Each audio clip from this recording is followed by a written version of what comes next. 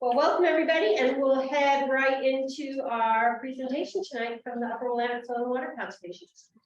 Okay, well, thank you folks for inviting us to come and to share with you information about our conservation district. We have been in a reshaping process over the last couple of years. And so I'll just talk about, first of all, the history of conservation districts at the 1,000-foot level, how we came about in Lane County.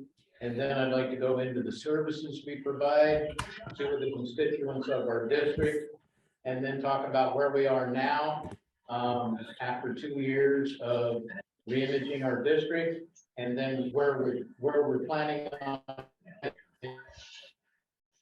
So to begin with, go ahead next slide. To begin with, history. SCCOs were born out, and I'm going to ask you right now. Conservation district is a mouthful. So when I refer to SWCDs, that means I'm referring to soil and water conservation districts. So it's just rolls off the tongue easier and much easier to manage. But SWCDs born out of the where Congress started due to the soil erosion crisis that was occurring. They started the conservation soil conservation service, and that was a federal level agency, and they were tasked with the authority of dealing with the soil erosion issue that hit the United States. Through that, learned very quickly that wasn't enough. So then they went to the state level, and they asked the state agricultural departments to develop programs that would help at the state level. And after a little bit of time and a little progress, they really determined that they needed boots out on the ground. They needed to be at the county level where they could assist landowners and help revive the soil issues that were occurring, soil erosion, fertility in the soil. So in each state, at the county level, there are SWCDs. And that's the county level for getting boots out on the ground to provide conservation, education and conservation projects, implementation of these projects. And so in Oregon, next slide. In Oregon, we have 45 conservation districts across the state. Some districts have jurisdiction and work and provide services in multiple counties, particularly on the east side of the state. Whereas on the west side, where we're more populated, we have a conservation district in each county, and even in Lane County, we have 2 conservation districts. We have Willamette, which we're part of, and that covers the central and eastern part of the county. And then we also have the Siuslaw district, which covers the western portion of our county. Next slide. As you can see from this map, our county is 1.9 million acres in size. We have 5 zones that are represented by elected officials, and it's pretty much based off population levels within the areas. As you can see, zone 4 and zone 5 are quite large. There's less population in that area. And as well, most of the natural resources in that area are timber, which are based federal timber, state timber, and then private industrial timber. So as you get down into zone 3, zone 2, and zone 1, we're down into the valley area where there's more agricultural production. There's also more population. Actually, for each zone, there is an elected official, as I mentioned. Also, we have 2 at-large positions. So we have a composition of 7 elected board officials that give guidance and direction and vision to our district to lead us forward on our endeavors, on our everyday actions. We are a non-regulatory special district, meaning that we don't have authority to tell landowners what they have to do to comply with any kind of rules. We work on a voluntary basis with landowners. If a landowner wants to improve the natural resources on his property, then we will work with them, provide options and to achieve the goals and visions that they have. Next slide, please. So with that, moving on to the services that we provide. Primarily, we're a technical service provider. We provide technical assistance regarding natural resource concerns, improving soil health, water quality, habitat. This assistance includes meeting with the landowner, planning with the landowner, taking their vision and their goals into mind and making a plan, developing a design for whatever things that are going to be left out on the ground, and then implementation of the project. Some of the projects that we work on are invasive species removal and installing native plantings along riparian streams, installing pollinator habitats in as hedgerows along property boundaries. As you all know, pollinator bees have taken a huge hit and are in decline. And if we can work with landowners who are interested in adding pollinators to their properties, we certainly would like the opportunity to work with you and to help provide habitat for those declining pollinators, being bees and butterflies. So those are some of the types of projects that we work on. We also work with landowners to help seek funding assistance for these projects that they'd like to put together. We utilize local, state, and federal various funders to put together a funding amount to help landowners cover the costs of the projects that we conduct with them. And sometimes most of those projects are competitive in the grant process.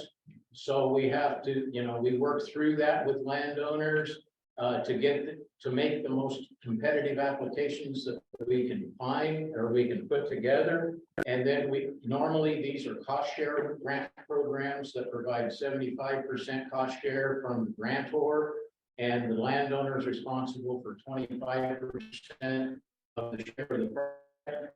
That can be accomplished in match through equity and through work that the landowner accomplishes to complete the project.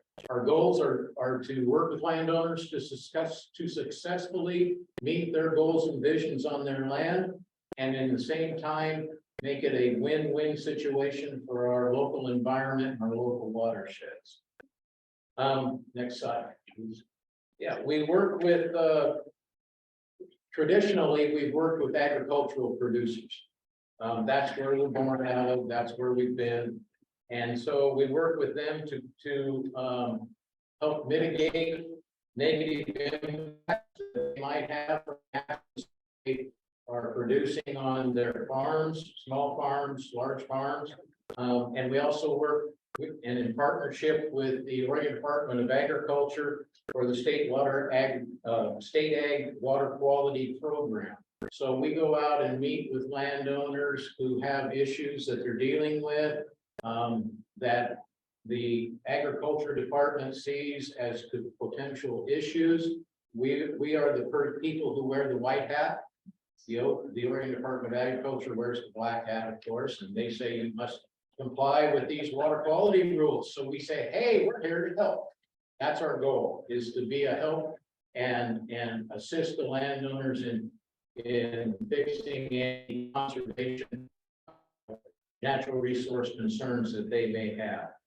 Some of the practices that we include in the projects for the ag portion of projects that we conduct are manure and mud management, pasture management, nutrient management, and pest management. We're just working with landowners to understand that, more is not better sometimes, and it's always better to look and seek a more natural way of doing, of conducting their work. We work to, in mud and manure management with livestock operations. Of course, around here, we have plenty of mud. So, that's not a resource that's, too small. And then we also work in how we manage the manure and help landowners to develop manure composting facilities.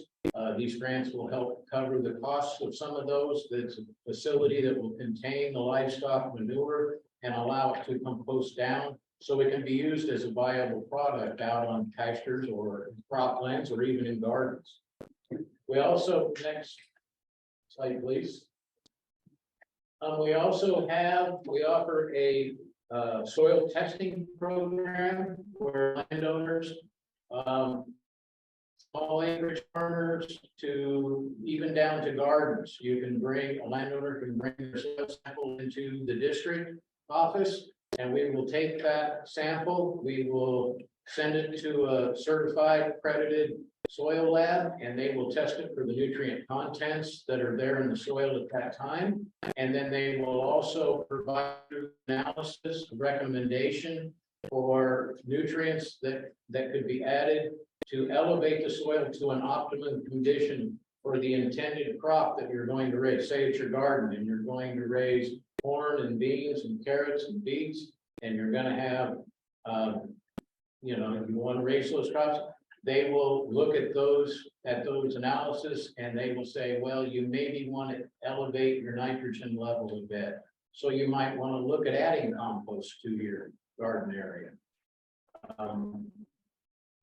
So we have that. We also work with landowners on wildlife habitat type of projects. Primarily, a lot of those are riparian planting type projects where we come in, we remove invasive species, and we then come in with native plants, both tree and shrub style, to just enhance the riparian area, to provide shade for aquatic species, like fish, and to also provide food from low-hanging branches from trees. Will provide food for the fish. We also work with landowners to develop habitat areas for all sorts of habitats, for deer, for birds, and basically to provide cover and hopefully a source of potential food in there, so that the animals have places to stay away from the human element. So with that, I'm moving on to the next slide. Where are we now? Well, all districts through the state statutes are in a unique position to ask constituents of their district for tax-based funding.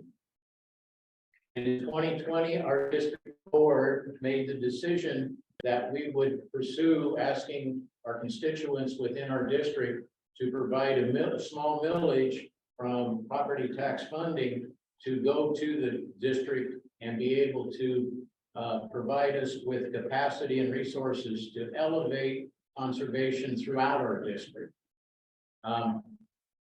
And over the last 2 years, and fortunately, we put it on the 2020 November ballot, and fortunately, we had a favorable outcome, and so the measure passed. So we now have a tax-based funding structure that we are now working to reshape our district to be able to deliver those tax-based funds back out to our constituents and to elevate conservation in the district. And during our campaign process, we went through a gaps and needs assessment process, in which we met with our partners and we met with community groups, and to find out where the gaps and needs in conservation were across the landscape of our district area. And we felt that that was the best place to start our focus of putting resources and funding towards, was to help fill those gaps. And we determined that there were a lot of good conservation programs being operated by our partners that were already in existence. And so instead of duplicating their actions, we decided we wanted to partner with them and provide them resources and to enhance their already successful programs. So we basically were not reinventing a wheel by putting together a program that would be in competition with theirs. It seemed like the best way to go. And we realized that, you know, if we look at conservation at a regional perspective rather than a silo perspective of each individual organization, it's a way more efficient model to look at it from that perspective. So we continue, go ahead. We continue to work on our existing conservation commitments, being the Ag Water Quality Program through the ODA. We also have a commitment, an ongoing commitment through the Pure Water Partners Program. That is a collaborative of conservation organizations that had the guy had the direction of protecting the McKinsey, the riparian along the McKinsey River. And because the McKinsey River is the sole source of drinking water for the city of Eugene and part of Springfield. And so the Pure Water Partners Program began in 2017, and it was basically focused on a narrow corridor along the riparian area of the McKinsey River, working with landowners to eliminate invasive species, to plant native trees and shrubs, to provide shade for the river, and to reduce erosion potentials from soil bank erosion to even larger size erosion. And from that, next slide, we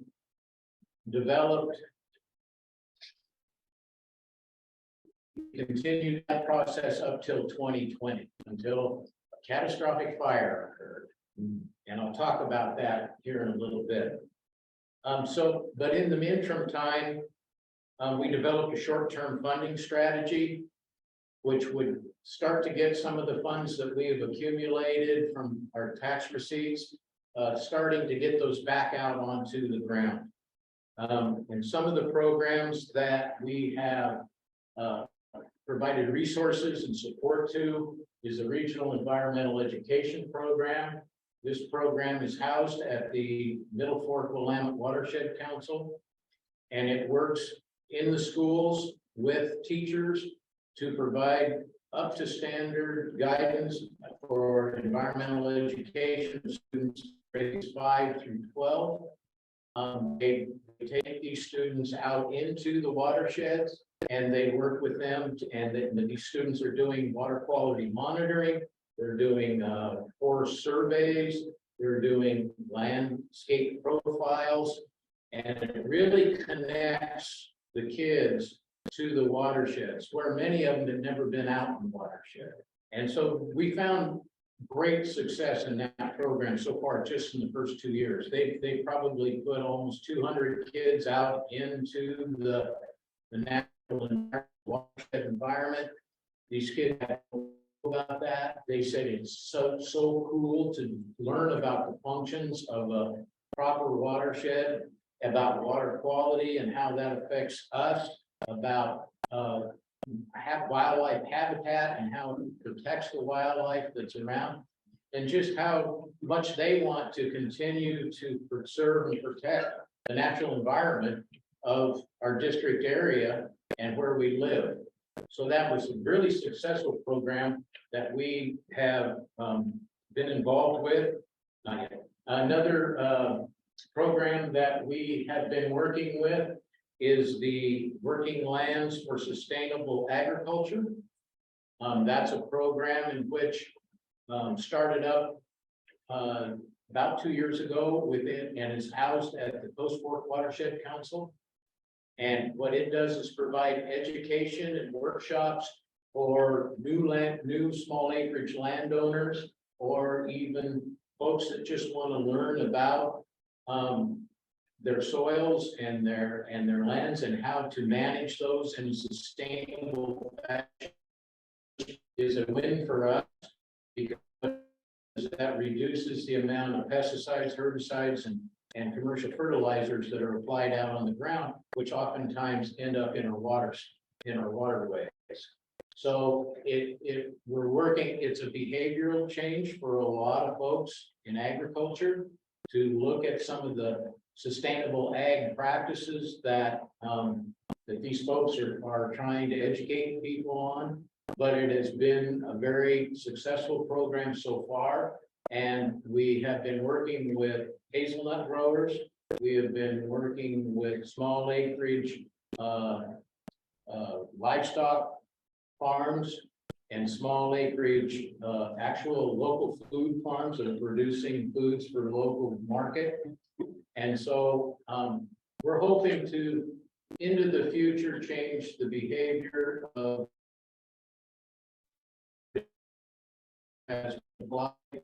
to look at more sustainable ways to raise the food. Next slide.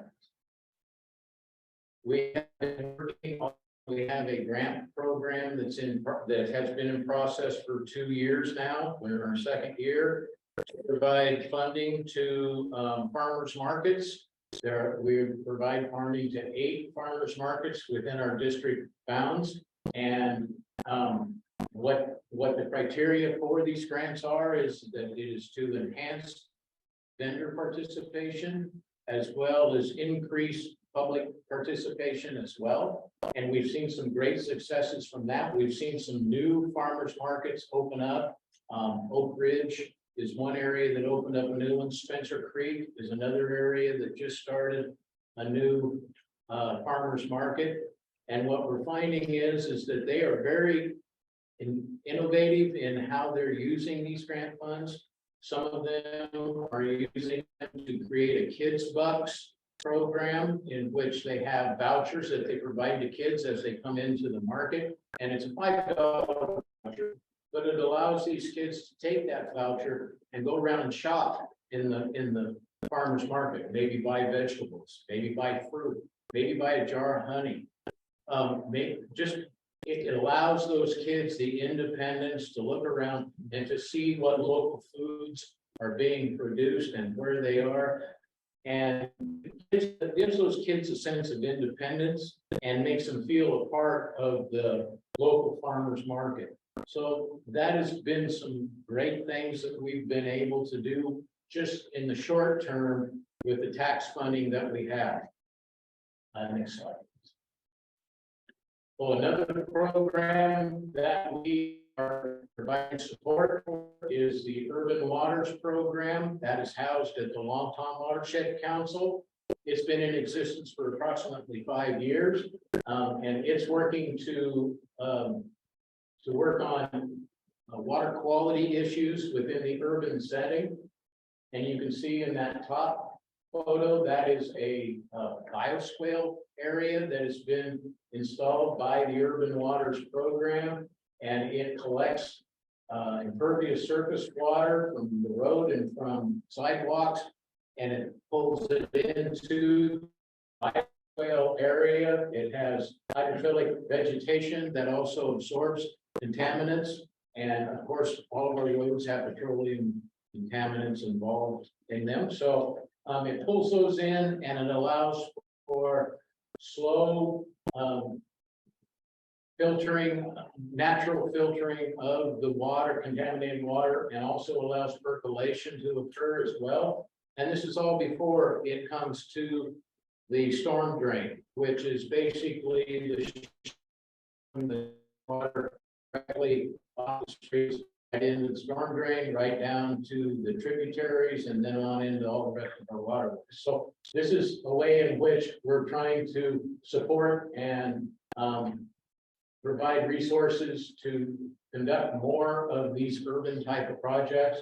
The project on the bottom is some hydrophilic plant material in a urban water rain garden, and that's at a smaller level where it's taking just individual house impervious surface water, like off driveway, off sidewalks, off the roof, and it runs that water into a ground area that it has filtration capability. And so that water goes in, it has hydrophilic plantings in there that can absorb some of the contaminants that are in there. And it allows for less water to go, that has to be forced into the storm drain system. So those are some of the urban projects. Another urban project that we're working with is associated with the NAACP, and that is incorporating willow gardens into our urban landscape. The NAACP is planting willows in these gardens for multiple uses, being creation of baskets, making baskets, or making willow wicker furniture, and also as well to work in the garden, also to provide structure to like garden boxes that are growing crops that can use those, as you can see in the bottom corner, the wicker or the willow arches that they're putting in there to provide support and stability for crops that will grow up and be a part of that box. So those are just a good sample of where we have chosen to direct money from tax-based funding that we obtain to get it back out on the ground. And so go ahead to the next slide. So with that, as I spoke earlier, and we talked about the Pure Water Partners program, and that we had started in 2019 working with landowners in the riparian. Of course, with the catastrophic fire, Holiday Farm fire of 2020, the PWP, what I call PWP, I'm sorry, Pure Water Partners program, pivoted to fire recovery and assisting those landowners who had been devastated by the fire. We have 3 staff that are dedicated to that program, and currently they're helping in excess of 200 landowners to revegetate the burn scars on their property, to provide them to provide them and replanting the native species that were burned out.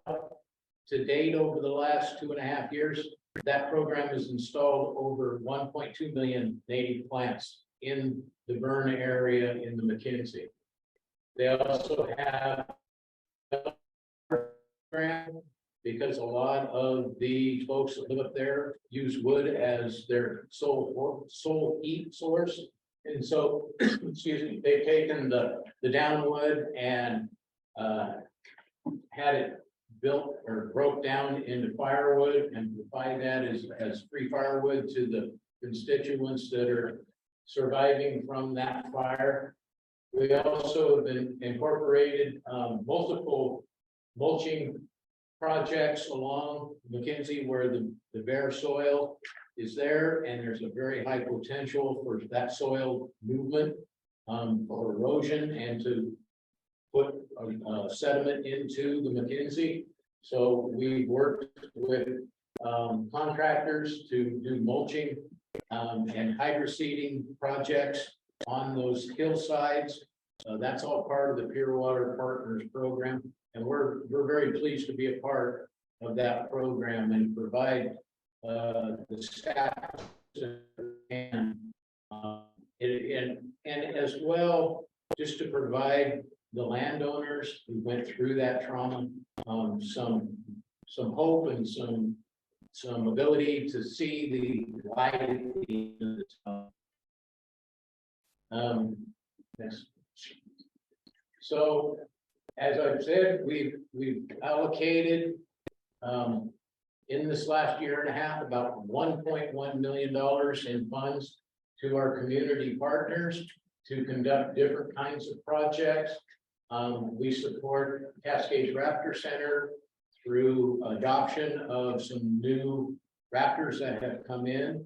We provide the Coast Fork Watershed, who does the working lands program, resources and funds for that. We are currently working to develop a relationship and potential resources for Friends of Beaufort Park. We also work with the Mount Pisgah Arboretum. We work with all of the watershed councils. We have a very strong group of watershed councils within our district. Not many other districts can boast that. They are doing good work, and we are happy and pleased that we can support them in the short-term basis by providing resources. And we also work with the Oregon Department of Agriculture with the Ag Water Quality. So where are we going? Well, right now we're in the process and the development of a district grants program in which the district will provide a grant program, both large and small grants to organizations, conservation organizations and other organizations, and to even to individuals who put in an application for grant funds for projects that meet the mission and vision and goals of our district.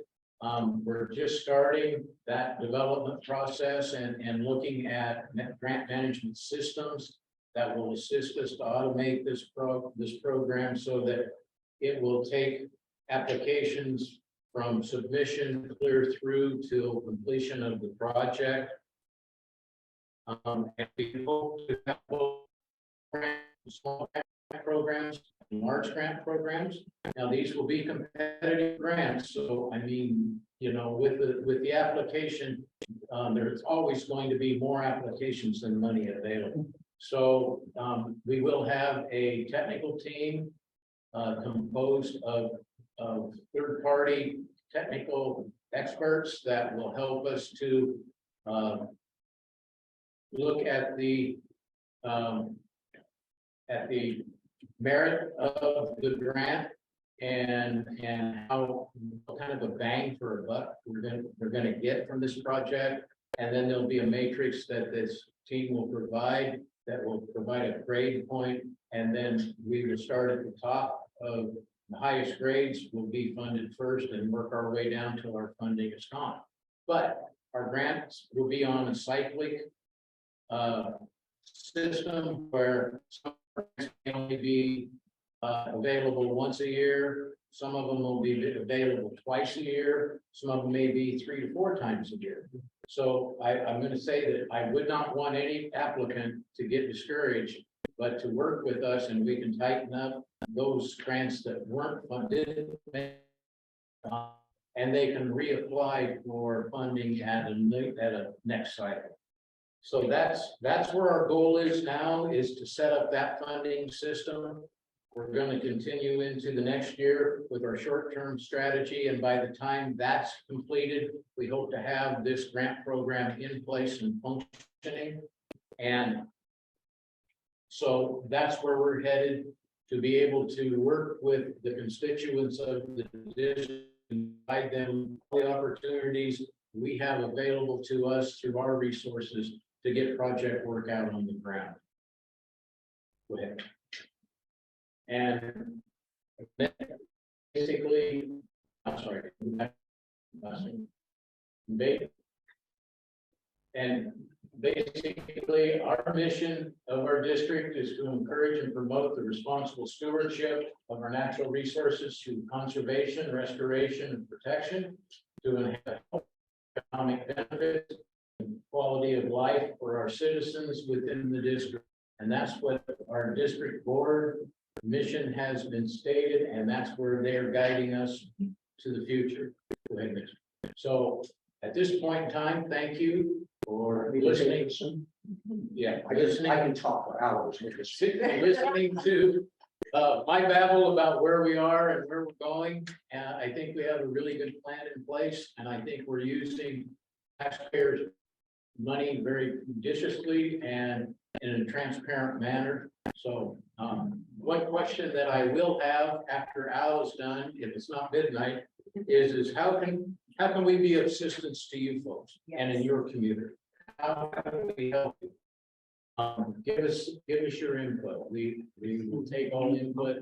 We would love to work with all kinds of folks. I know you have a lot of small ag out in this region, and also, you know, just in your own yards and gardens. If you have things that you see that you kind of say, well, you know, this could be better. That's the kind of thing that we need to know. Is we need the input from you, the taxpayers, on how to spend and how to work with our money. So Al, I'll turn it over to you, and you can talk about getting involved. Yes, indeed. First of all, thank you, everyone. First of all, thanks for inviting us to this session. It's good to get out and meet our constituents. You are all our constituents, and that's what's interesting about this. I approach this job from the point of view, I'm not a conservationist. In fact, if you knew my background, you'd be amazed I'm even sitting there. But I am a human being, and I am a citizen, and I do pay taxes, and I do appreciate you taking the step to approve this measure that we put before you a couple of years ago. We did survey the public before the election, and it showed that this is a very this area is very ecologically minded, and there's a wealth of organizations out there that do thrive on doing conservation work. We happen to be the public one. We represent you. We represent the people. We represent the constituency, whether you voted for us or not, whether you like paying taxes or not, whether you love us or not. We still represent all of you. And as that, we're a little bit different than some of the other organizations. You might be thinking there, oh, you know, how do they compare to Long Tom or MRT or Willamette River Keepers or somebody like that? They're all 501c3s, and that's great.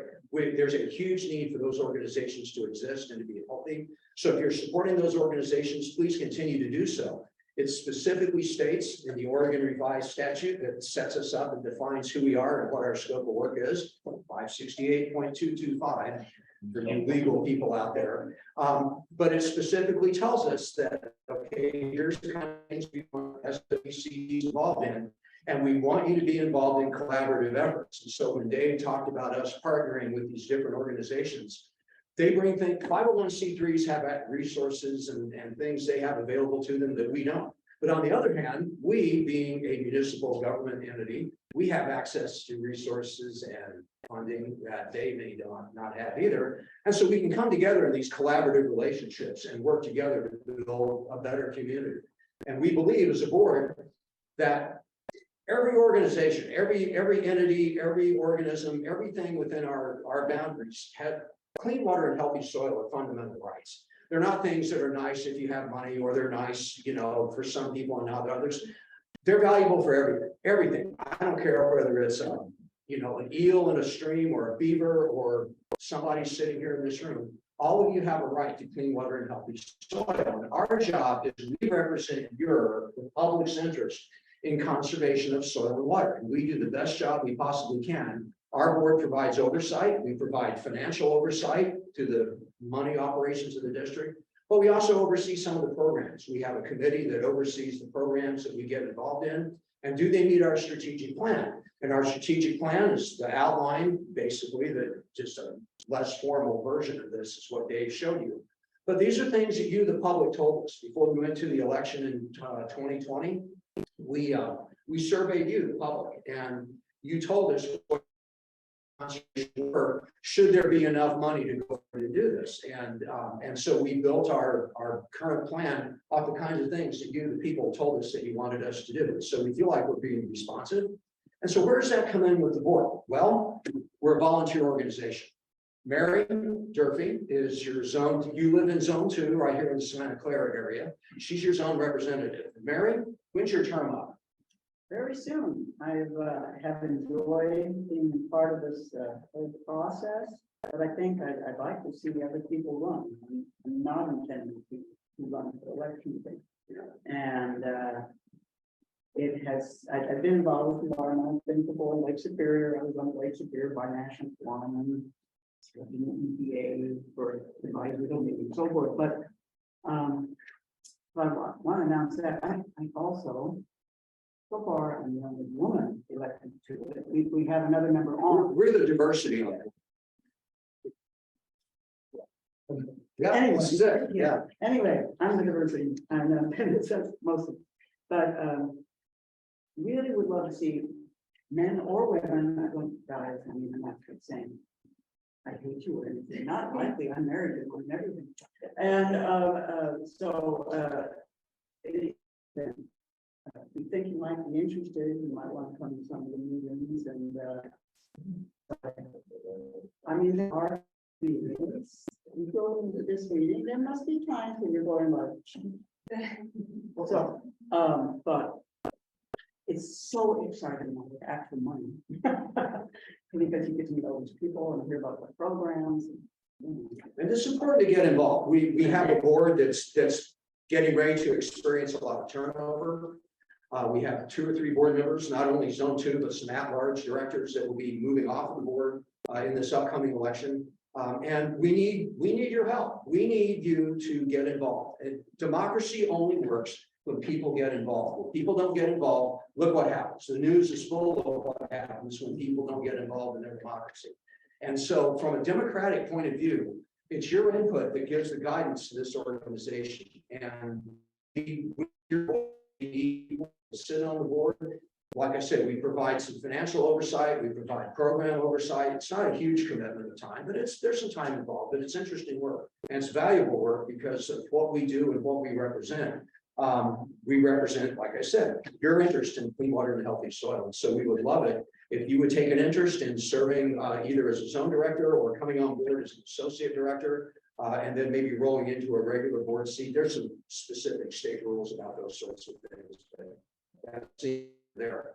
But yeah, get involved in your democracy, get involved in your community from a democratic perspective. And that kind of puts a different spin on things. When you start thinking about, oh yeah, you know, we're kind of responsible for all these different things and we have to look at different issues from different perspectives. It's fascinating work. And I got involved in the board, they had an opening and someone volunteered me. And it's turned out to be a really interesting thing. And I've got a few more years left to serve before my next term. But we would love to either you get involved or take one of these flyers and give it to someone that you know that might be in the process. And yeah, you know, we get on the ballot. We have to be elected. There's certain rules and regulations we have to follow. Actually, it's a very exciting time because the Oregon State Legislature just changed the law for larger districts like ours with more people. Previously, to be a workshop. Don't even tell. That just confuses the issue. Okay. Anyone. Yes, you just have to be a registered voter and live in the district. Yeah. Live in the district. You live in this part of Lane County, you can become a board member. And so there's a process for doing that. And if you are interested or know someone that might be interested, have them get a hold of us. We're easily accessible. We have a great website, thanks to Cricket here. We're easily contacted. I have an email. Dave has emails. We have a phone number. We have a website, a Facebook account you can access us through. And take an interest in the kind of things that we're doing. Everything that we do, we can work on specific things in specific areas, but in the end, it all boils down to clean water and healthy soil. What are we doing to keep your neighborhood sustainable and healthy? And then we pass it on downstream to the next users. And that we see our role as board members. Well, and I can see from your updates and reports that we have just a good environment has very significant impact on social justice and the environment. Santa Clara Community Garden, wow, that sounds like something of interest. I don't know what your community foundation does, probably lots of things, land use. I mean, it could be that there are other things in particular where either our expertise could be useful or as the grant programs get announced, who knows? Yeah. We plan to give them money.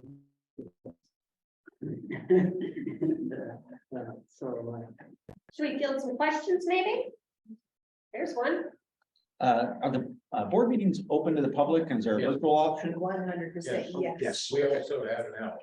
Gotcha. And how often are they? Second Tuesday of every month, Second Tuesday. starts at noon, also available on Zoom. Thank you. Now, there are also meetings for training, occasional committee meetings, so it's, that's been advice. Yeah, it doesn't get hectic till you become board chair. Then it goes crazy. Chair. Sure. I actually have two questions. One of them is, there's an address here, First Avenue. You actually have an office on First Avenue? Yes, we have a beautiful office. Tell about it. Yes, we're at 3291 West First Avenue. And it actually is an industrial area warehouse. But the front of the warehouse is a two-story office complex, and that's what that's where we're housed currently. But you will see, if you come over to visit us, look for the United Steel Supply Center, because they have the two warehouses in the back, and they're the major leasers of that property. So we're the minor guys. So we have a little sign. The other question I had was, do you have a field staff, or is all your work being done through community partners?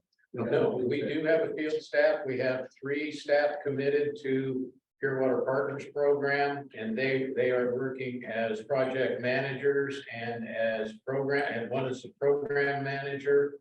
So we have 3 staff working there. We have 4 technical staff right now. The other one is working in the ag water quality program through our partnership with ODA, and she works to provide assistance to agricultural landowners. So we have 4 technical folks right now. We will be putting on more as we get closer with grant program development, because we're going to need more planning assistance and capability as we move forward.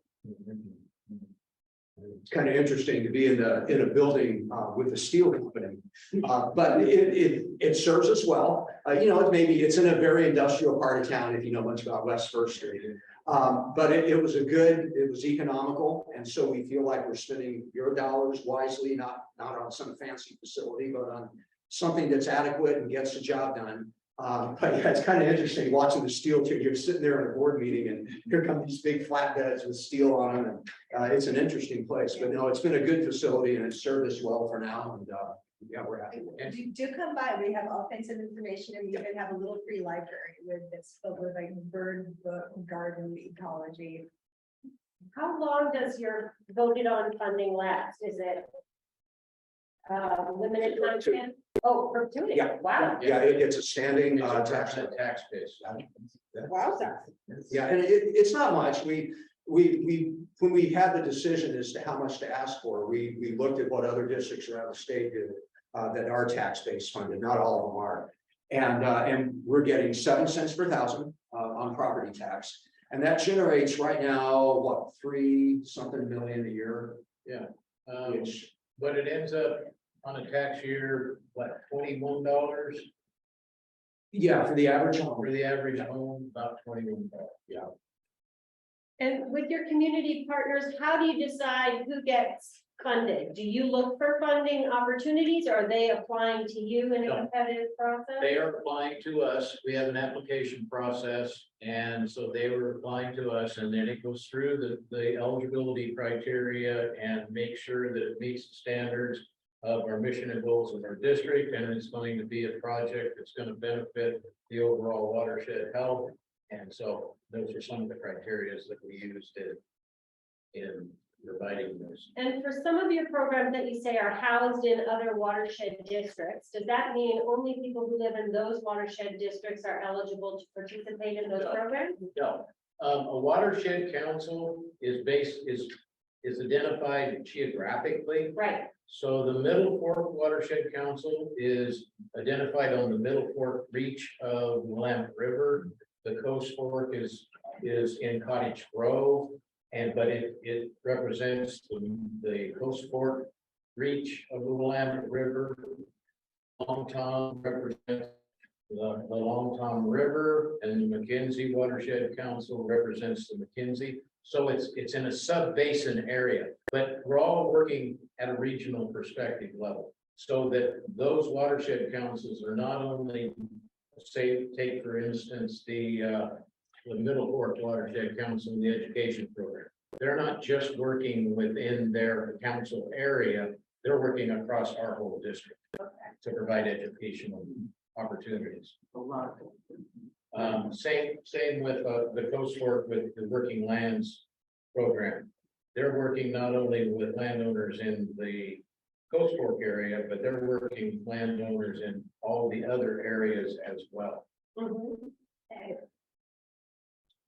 Other questions? I crashed a couple of meetings a while back via Zoom, and these guys hold a great meeting. I gotta say, it's one of the well organized, you're the chair of the meeting. He's the chair. Yeah. You're the chair, but who runs the meeting? I thought it was. The chair. I guess it was. I do. Well, anyway, everybody gets to participate and it's great fun. Yeah. And so I went to the meetings because we started the 501c3, we were saying for our community foundation. And our mission is to inspire and support voluntary stewardship of the Santa Clara community in support of all residents' welfare, along with the ecological health of its natural systems. So I think we fall under the purview of your mission. Sure. And you have already inadvertently helped us because one of our projects is stewarding the Highland Land Baby County Park. And so you helped me get some equipment to deal with some invasive species. Yep. The Pure Water Partners, I also volunteer for the Kinsey River Trust and with all those native shrubs that we got, thousands that we planted and thousands that we potted up. And I got some extra, they said, here, take these. We don't have any more pots, you know, so I took them over to Kate's farm and potted those up, and she's stewarding those for us until the fall. When we put those in, that came from your Pure Water Great. Partners thing, so. Yeah, those plantings have to be ordered at least a year to a year and a half in advance, so you never know what your exact needs when it comes time. What kind of mortality rate you're gonna see and how much interplanting is gonna have to be done. So basically, we have ended up with surpluses of plants, but we still have installed over 1 million plants in the burn scar area. Nice, yeah. And we've put some at Highland, and we have some for the fall, so, and there's still plenty in the inventory. That's great, so you guys do excellent work. Thanks, Mary. When I first joined, I went out with Dave, but he was doing a visit from the manure management. And what was interesting is he explained things very calmly. I think some of it got funded, they've been cool with this, but you know, it was pretty clear this person would have a better farm, it was better economy, and would be a better environment. It's one of the really nice things about being this particular group, in particular, why I was really think it's a valuable thing with the taxpayers. I just hope all of that continues. Mary Leontovich. Yeah, I could see how you guys are a really good fit for ag and rural areas, and Santa Clara is mostly suburbia. So I'm wondering what kind of programs you're doing or are looking to do in the future that help people in suburbia conserve water, for example, because conserving soil is, you know, kind of that ship has sailed. So are you working to get more of that in suburbia? Yeah, that would be one of our grant program related to the ecosystem in the area. Whether it's suburbia, urban, or suburbia, or rural. We will have a grant program that will look at geographical area needs, current restoration or resource needs, natural resource needs that are there. And we can tailor our grants to be eligible for, we may come out with a suburban grant program that addresses conservation of water. So are you saying you're doing that now, or you could do that if somebody brought a grant to you or said they had a project? So it's not something you're actively doing? That will be, as I said, we were developing our grant management system. And that will be because our grants are going to be tailored to the ecosystems that you know they're related to, whether it's water conservation in suburban areas or whether it's water quality issues in rural areas, or whether it's water conservation or water quality in the urban setting where we're working to put in,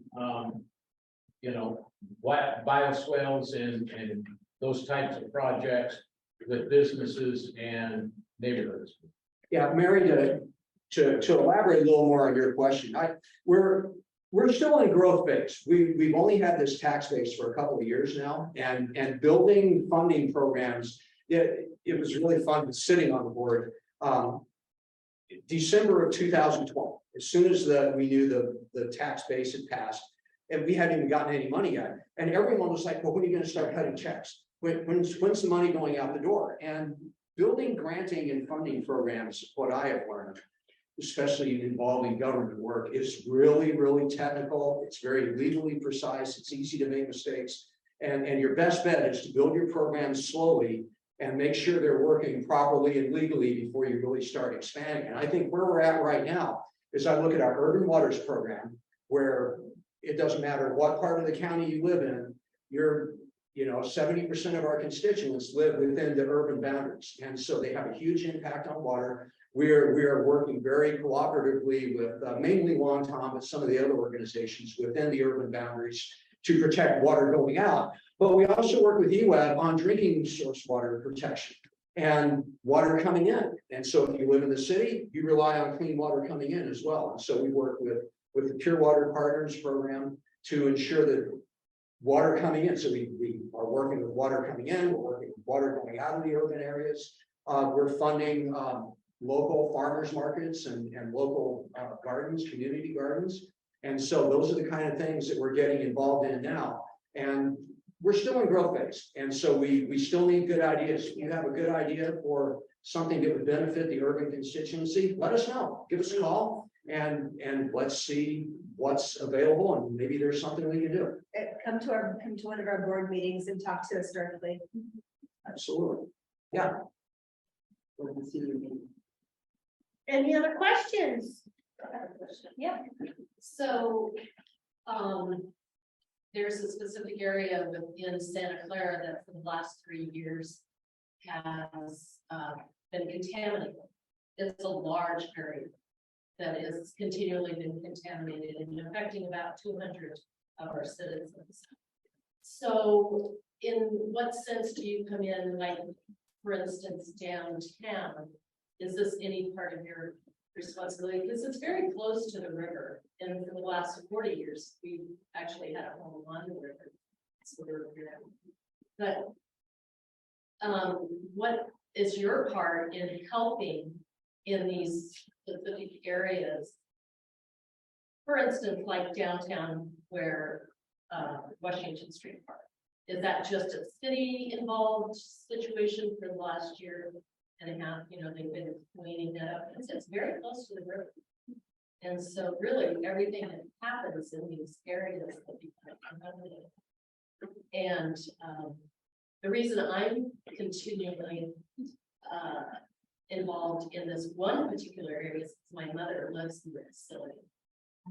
And they are experiencing huge amounts of problems with the soil and with what's been happening on this area with rats, contamination, because it seeps in to their area while they're watering.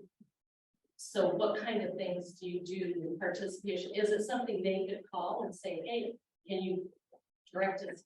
We call the city, we call the county, we call the state. So it's in this area, Santa Clara. So I thought I'd bring it up to this. Our work is primarily with private property owners. They contact us with problems. Yeah, this is private property owners that are backed up to public property that the city, county, and state. Well, we work by invitation, and so if someone has an issue, have them contact us. Now, it may or may not be something we can deal with. We could, if we have to hand it off to DEQ or something, we could probably do that. But I would say call Dave, and we can look into it.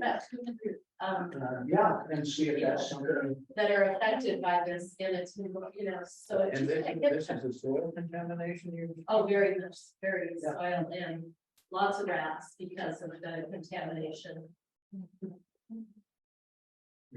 Garbage, Yeah. the garbage is contaminated area. Yeah, give us a holler, and I can't guarantee that we can do anything. There's certain areas that we can or can't get involved in, but if you contacted the state and they haven't gotten back to me That's my yet. city council person, the city doesn't want to deal with it, because that's something. And this is in Santa Clara. Yes, it is. Yeah. Yeah, large area. Where is it? It backs up to Turpinning Terrace. And it backs up to Leah Street. I've talked to probably 15 homeowners that back up there because we bought, my mother lives at Turpinning. And it's quite a problem. And it's probably unaware to any of you because you all live in neighborhoods. But my mother lives there and so do many other people. Yeah. The state is going to do something with rocks that doesn't clean up the soil.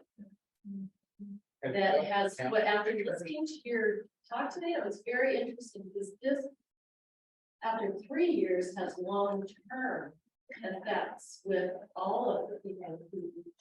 So I've been talking to the owners that own the homes next to Turpinning as I take the walk. It's very interesting to listen to them and the problems that not getting solved. Did you have something you wanted to add to maybe help? We're speculating that that's on the on-ramp. Going behind. Well, actually, it spreads all to the city along the river road there and on the on-ramp. Who I've talked to Mr. Alexander who runs ODOT, but that's not his problem. His problem is just to keep it clear, but not to clean up the soil and the issues that have been problem in it. So I thought that was very interesting. Yeah.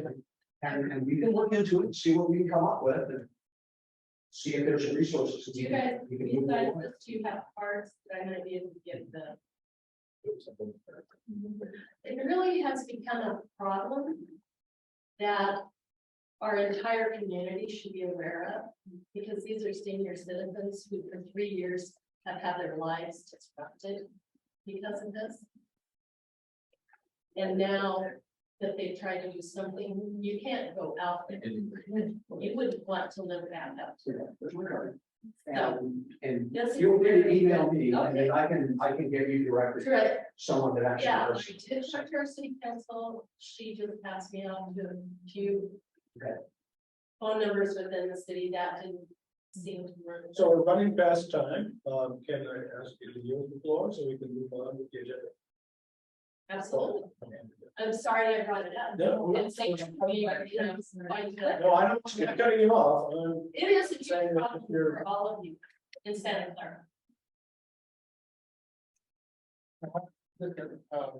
Minor question compared to that. How many samples can a homeowner bring in to test it on soil? Well, Is there a limit? there is a cost to the soil sampling, so what you'd be paid for is the laboratory analysis. That we send the samples to an accredited lab. So, the samples run $65. Okay.